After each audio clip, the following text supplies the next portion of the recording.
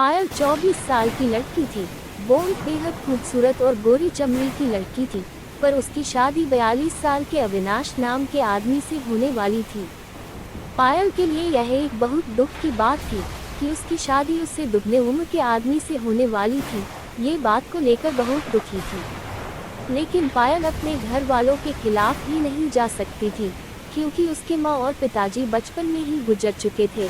पायल अपने चाचा और चाची के साथ रहती थी। चाचा और चाची ने जो रिश्ता उसके लिए ढूंढा, उस रिश्ते को पायल ने मजबूरी में मानना पड़ा। इसलिए पायल मजबूरन अविनाश से शादी करने के लिए तैयार हो गई। पायल और अविनाश की शादी एक साधारण तरीके से हो गई। अविनाश की ये दूसरी शादी थी। अविनाश की पहली पत्नी की एक दुर्घटना में मौत हो चुकी थी, इसलिए उसके घर वालों ने ज्यादा कुछ तामझाम नहीं किया। पायल दुल्हन बनकर अविनाश के घर आ गई। शादी की पहली रात को पायल ने अविनाश से बात तक नहीं की। अविनाश एक बहुत अच्छा इंसान था। उसने पायल को परेशान न करते हुए तकिया लेकर सोफे पर जाकर सो गया। अविनाश हर रात पायल से बात करने की कोशिश करता, लेकिन पायल उसके करीब आना ही नहीं चाहती थी। अविनाश ने पायल के मन की बात समझकर कहा कि पायल जी, जब आपकी सहमति होगी तभी मैं आपके करीब आऊँगा। ये कहकर अविनाश रोज तकिया लेकर सोफे पर जाकर सो जाता। इसी तरह पायल और अविनाश की शादी को 1 साल गुजर गया, लेकिन अविनाश ने पायल से कोई शिकायत नहीं की। धीरे धीरे पायल को यह एहसास होने लगा कि अविनाश उम्र में मुझसे कितने भी बड़े हों, लेकिन वह एक अच्छे इंसान है। अगर वह अच्छे नहीं होते तो आज वह मेरे साथ कुछ भी कर सकते थे। उनका हक बनता है, लेकिन उन्होंने मेरी मर्जी के बिना मुझे छुआ तक नहीं। मुझे उनके साथ ऐसा नहीं करना चाहिए। अगले दिन पायल और अविनाश की शादी की सालगिरह थी। पायल ने सोचा कि चलो शादी की पहली रात तो ना सही, पर शादी की सालगिरह के दिन मैं अपने आप को अविनाश जी को समर्पित कर दूंगी। अगले दिन जब पायल सोकर उठी तो बहुत खुश थी। मैं अविनाश से कहा कि अविनाश जी, आज हमारी शादी की सालगिरह है। मैं चाहती हूँ कि आज हमारी शादी की सालगिरह एक यादगार बन जाए, और सरप्राइज के तौर पर मैं आपको एक ऐसा तोहफा दूँ जिसका इंतजार आप कई दिनों से कर रहे हैं। आज पहली बार पायल ने अविनाश से मुस्कुराकर बात किया था। अविनाश तो बेचारा पायल की एक मुस्कान के लिए तरस गया था। अविनाश ने कहा, पायल जी, आज मैं आपको मुस्कुराता हुआ देख मैं बहुत खुश हूँ। मैं अभी जाकर हमारी सालगिरह के लिए केक लेकर आता हूँ। अविनाश एक प्राइवेट स्कूल में टीचर था। आज उसने स्कूल से छुट्टी ले रखी थी और दोपहर का खाना खाने के बाद वह केक लेने के लिए बाहर चला गया, और पायल भी अपनी शादी की सालगिरह की तैयारी में लग गई। दोपहर का काम निपटाने के बाद पायल ने सोचा शाम के लिए भी कुछ खाना बना लेती हूँ, क्योंकि रागिनी के सास और ससुर भी बहुत टाइम पहले गुजर चुके थे। वह अपने जेठ और जेठानी के साथ रहती थी।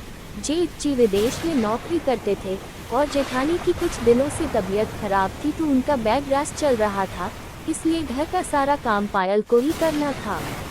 पायल ने शाम के खाने के लिए पालक पनीर, पुलाव और रायता जल्दी से बना लिया। इतना सब कुछ बनाने के बाद वह जल्दी से अपने कमरे में तैयार होने के लिए चली गई।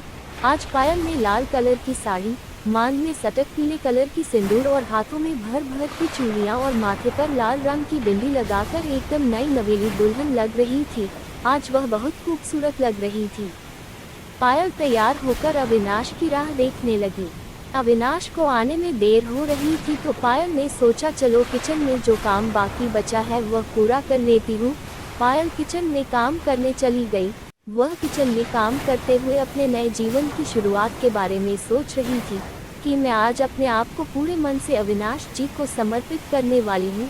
अभी पायल यही सब सोच रही थी कि तभी पीछे से किसी ने पायल को अपनी बाहों में भरते हुए कहा, चाची, आप आज तो बहुत खूबसूरत लग रही हो। चाची, चाचा को कुछ पता नहीं चलेगा और आज रात में आपको जन्नत का मजा दूंगा। पायल ने अपने आप को छुड़ाते हुए पीछे मुड़कर देखा तो उसकी की जेठानी का बेटा राहुल था। पायल ने कहा, राहुल, ये तुम क्या बोल रहे हो? मैं तुम्हारी चाची हूँ। राहुल ने पायल को अपने मोबाइल में एक तस्वीर दिखाते हुए कहा, चाची, आप मेरी चाची हो, लेकिन आप चाची की तरह दिखती नहीं हो, और अगर आपने मेरी बात मानी नहीं तो मैं चाचा को आपके बारे में सब कुछ बता दूंगा कि शादी के पहले आपने क्या क्या किया है। पायल राहुल के मोबाइल में तस्वीर देखते ही डर गई और घबराकर पायल ने राहुल से पूछा, ये तस्वीर तुम्हारे पास कहाँ से आई? राहुल ने कहा कि चाची ये तस्वीर ही नहीं, मुझे आपके बारे में और भी बहुत कुछ पता है, और अगर मैं चाचा को बता दूं तो चाचा आज ही आपको घर से निकाल देंगे और आपको छोड़ देंगे, और अगर चाहती हो कि मैं चाचा को कुछ ना बताऊं तो आपको मेरे साथ एक रात गुजारनी होगी। पायल ने राहुल से पूछा कि तुम्हें ये सब कैसे पता चला। राहुल ने कहा चाची आप शादी से पहले जिस लड़के से प्यार करती थी वह लड़का मेरा दोस्त है। उसी के मोबाइल में मैंने आपकी और उसकी तस्वीर देखी। फिर मैंने उससे पूछा तो उसने मुझे सब कुछ बता दिया कि वह आपसे प्यार करता था और शादी भी करने वाला था, पर आपके घर वालों ने आपकी शादी मेरे चाचा से करवा दी। वो लड़का ये सब बताते हुए बहुत रो रहा था। उस लड़के को यह नहीं पता है कि आपकी शादी मेरे ही घर में मेरे चाचा के साथ हुई है और आप मेरी चाची हो। चाची मेरी नज़र तो आपके ऊपर शादी के दिन से ही थी। मैं आपको हासिल करना चाहता था लेकिन कोई मौका ही नहीं मिल रहा था, पर वह मौका आज मुझे मिल ही गया। अपने अतीत की इतनी बड़ी सच्चाई जानने के बाद पायल घबरा चुकी थी। आज वह कितनी खुश थी। आज वह अपना तन मन सब कुछ अपने पति को समर्पित करने वाली थी, पर यह सब क्या हो गया उसके साथ। अभी पायल यही सब सोच रही थी, तभी राहुल ने कहा क्या हुआ चाची, क्या सोचा आपने, हाँ या ना में जवाब दीजिए। पायल ने रोते हुए कहा राहुल मेरे साथ ऐसा मत करो, बदले में चाहे तुम मुझसे जो भी ले लो, कहो तो मैं तुम्हें कुछ पैसे और अपने सारे गहने दे दूंगी, प्लीज मुझे छोड़ दो और अविनाश जी को कुछ मत बताना। अभी पायल और राहुल के बीच में यही सब बातें हो रही थी, तभी वहाँ पर अविनाश आ गया। अविनाश ने आते ही कहा क्या हुआ, तुम दोनों क्या बातें कर रहे हो। अविनाश को देखकर पायल घबरा गई और उसने बात को संभालते हुए कहा कुछ नहीं अविनाश जी, मैं तो राहुल को ये बता रही थी कि तुम्हारे चाचा को आने में कितनी देर हो रही है। अविनाश ने कहा हाँ, आज मेरा बहुत पुराना दोस्त मिल गया था तो मैं उससे बातें करने लग गया था। अविनाश ने कहा ठीक है, अगर लेट हो रहा है तो तुम सब जल्दी से आ जाओ, केक काटते हैं। पायल ने कहा जी अविनाश जी, मैं आरती की थाल लेकर आती हूँ। फिर अविनाश और पायल ने मिलकर केक काटा और अपनी शादी की सालगिरह मनाई।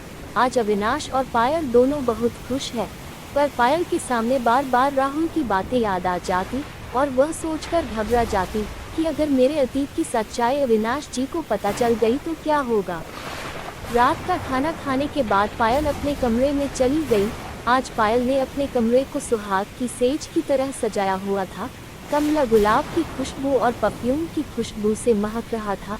अविनाश जब कमरे में आया तो पायल अपने बिस्तर पर बैठी हुई सिसक कर रो रही थी। पायल को रोता हुआ देख अविनाश घबरा गया और उसके पास जाकर बोला क्या हुआ पायल जी, आप रो क्यों रही हो।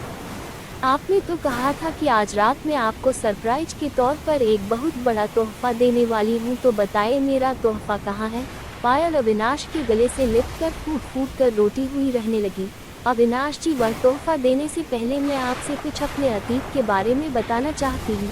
मेरे अतीत की सच्चाई बताने के बाद अगर आप मुझे अपनाएंगे तो वही आपका तोहफा होगा। पायल ने अविनाश को अपने और अनिल के बारे में सब कुछ बता दिया कि वह शादी से पहले अनिल नाम के लड़के से प्यार करती थी और वह उसी के साथ शादी भी करना चाहती थी, पर घर वालों ने मेरी शादी आपसे जबरदस्ती करवा दी।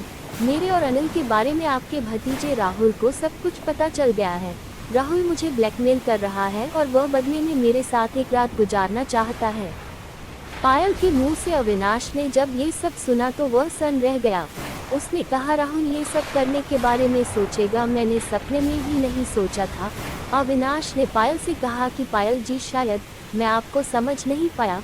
मुझे लगता था कि मेरी और आपकी उम्र में बहुत फासला है, इसलिए आप मुझे पसंद नहीं करती है और मुझसे दूर दूर रहती है, पर सच्चाई तो कुछ और ही है। आप तो किसी और से प्यार करती है, इसलिए मुझे पसंद नहीं करती है। पायल ने कहा अविनाश जी, मैं जब आई थी जब मैं आपको पसंद नहीं करती थी, पर आपकी अच्छाई ने मेरे तन और मन दोनों को जीत लिया है। अब मैं अपने अतीत को भूल चुकी हूँ और दिल से मैं आपकी होना चाहती हूँ। अविनाश ने पायल से कहा पायल जी, मुझे ये सब सुनकर बहुत खुशी हुई कि आप अपने अतीत को भूलकर मेरे साथ जिंदगी गुजारना चाहती है, और मुझे इस बात की भी खुशी है कि आपने राहुल का साथ न देते हुए मुझे समझा और अपने अतीत की गलतियों को बताया। नहीं तो लोग डर कर गलत कदम उठा लेते हैं और बहुत बड़े दलदल में फंस जाते हैं। अविनाश ने पायल को अपने गले से लगा लिया। आज पायल और अविनाश दोनों एक हो चुके थे।